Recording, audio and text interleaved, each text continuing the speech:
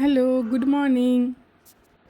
দেখো দেখো কি করছে, কি কাণ্ডটাই না এরা করছে পাশের বাড়িতে। ছাদে ওই বেসিনটার মধ্যে উঠে এরা কি বাদরামোটাই শুরু করেছে। এদের নাম কি সাদে সাদে হনুমান। তো নামটা দেয়াটা এদের মানে সার্থক। ওই দেখো দুটো খেলা করছে, মারামারি করছে, যা খুশি করছে। কি অবস্থা কি অবস্থা, লেগে গেলে তখনই তো টেরটা পাবে। আর যদি বেসিনটায় যদি খোলা থাকতো কলটা, তাহলে টের পেতো। ওরা মানে এটা কি মনে করেছে জানি না, কি মনে করে খেলা করে যাচ্ছে, নিজের মনে আনন্দে খেলা করে যাচ্ছে। আর ওদের মা বাবা ফ্যামিলি সবাই বসে রয়েছে।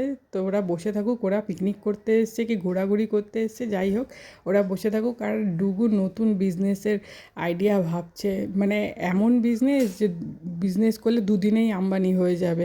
তো ভিডিওটা তোমরা দেখো, ডুগুর কথাগুলো শোনো। জাস্ট এমনি মজা করছিল আমার সাথে, পড়তে বসে খেলা করছিল, ক্যারাম বোর্ড খেলছিল, খেলতে খেলতে মজা করছিল। কেমন লাগলো জানিও। এই 100 টাকা দিয়ে পেন কিনবো, পেন কিনে আমি আর সৌভিক ব্যবসা করবো। আমি হাফ, সৌভিক হাফ। টাকার কথা না, মানে পেন ও বিক্রি করলো, আমি বিক্রি করলাম। 40% বানাবে টাকা, 60% আমি নেবো টাকা, মানে যেটা লাভ হবে, হ্যাঁ, তাই তো? লাভ।